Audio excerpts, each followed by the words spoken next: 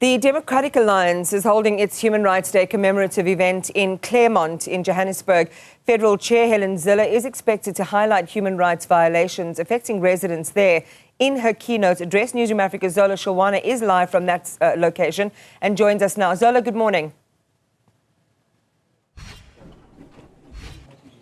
A very good morning to you too, Iman. As we celebrate Human Rights Day, there are residents in some parts of South Africa who cannot celebrate this day as they haven't had consistent water supply just for over a decade. Areas like Hurstville, Brixton and Claremont have been complaining about water supply challenges for several years. We know that they have gone as far as signing petitions, taking matters to the streets, hoping that this issue will be addressed. As we speak, we are at one of the old age homes and they don't have water as we speak. Their taps are dry. Now, one can imagine how they are expected to survive under such conditions. But we do know that there are very limited JoJo tanks that are dispatched in this area. But of course, those can never be enough. Iman, later on, we do know that DA Federal Leader Helen Zille will be addressing the community of Claremont shortly from here. But let's hear from her before that event begins. Ma'am, thank you very much for your time. Just take us through the purpose of your visit in Claremont, to be quite specific.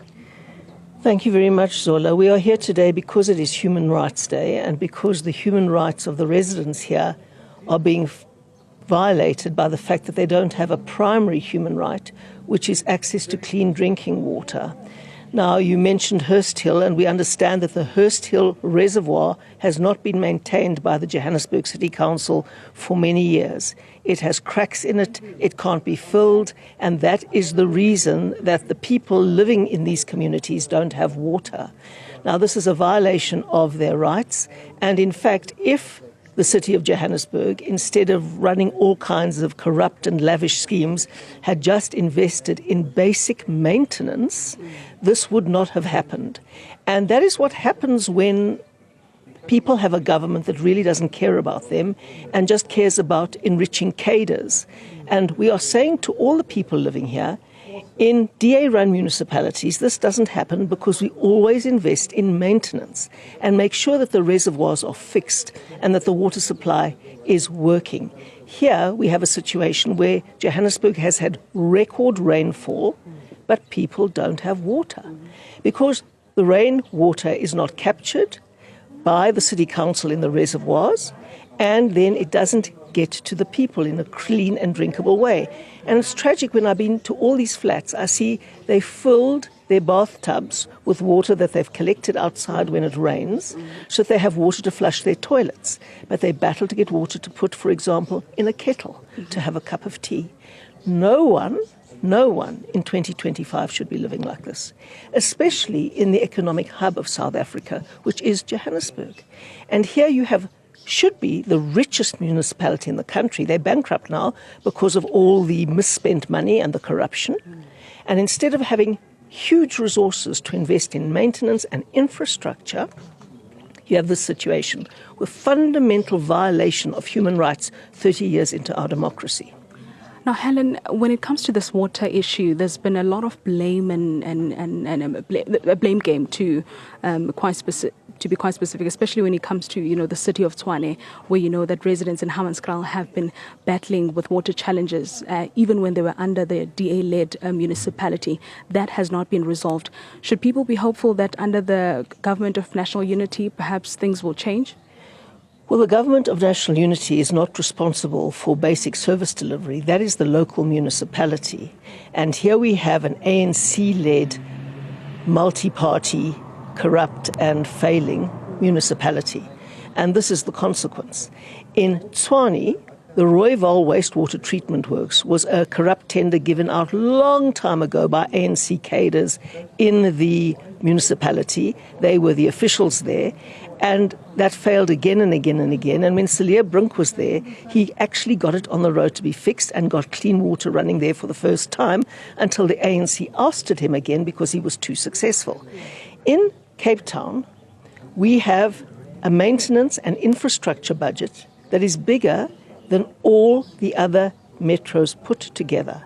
because that is where the DA governs. We know where to put the money. We don't steal it.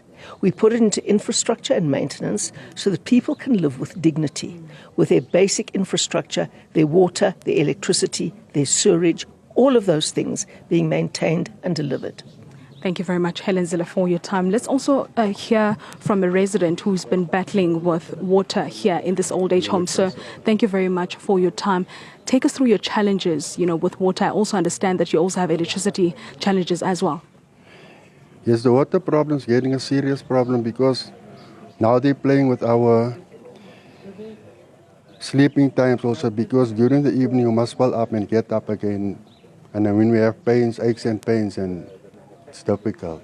Mm-hmm. Are you supplied with maybe JoJo tanks as a temporary measure while they are still fixing this water issue? Yes, we do have a JoJo tank, which was organized by Ernestine. Yeah, so we do have a JoJo tank that helps us. It helps, but that's all I've got to say about that. But I mean, it might be a challenge considering the fact that most people that live here are the elderly and they're struggling to carry buckets by themselves. Yeah, the bucket carrying, that's true. They do carry buckets by themselves, and that's a problem.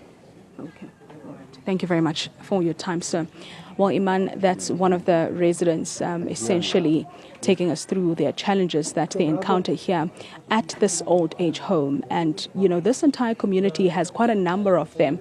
And these people have to survive on JoJo tanks or have volunteers that are going to, help them carry buckets, because most of them are quite old and frail. So they struggle to carry those heavy buckets of water on a daily basis. So they have to sometimes camp in the evening because that's when, they get to see water run out of their taps. And this has been going on for just over a decade here, and they're hopeful that there will be changes perhaps this year, because they've taken matters to the streets several times and nothing has really been done to address their crisis. Back to you in studio.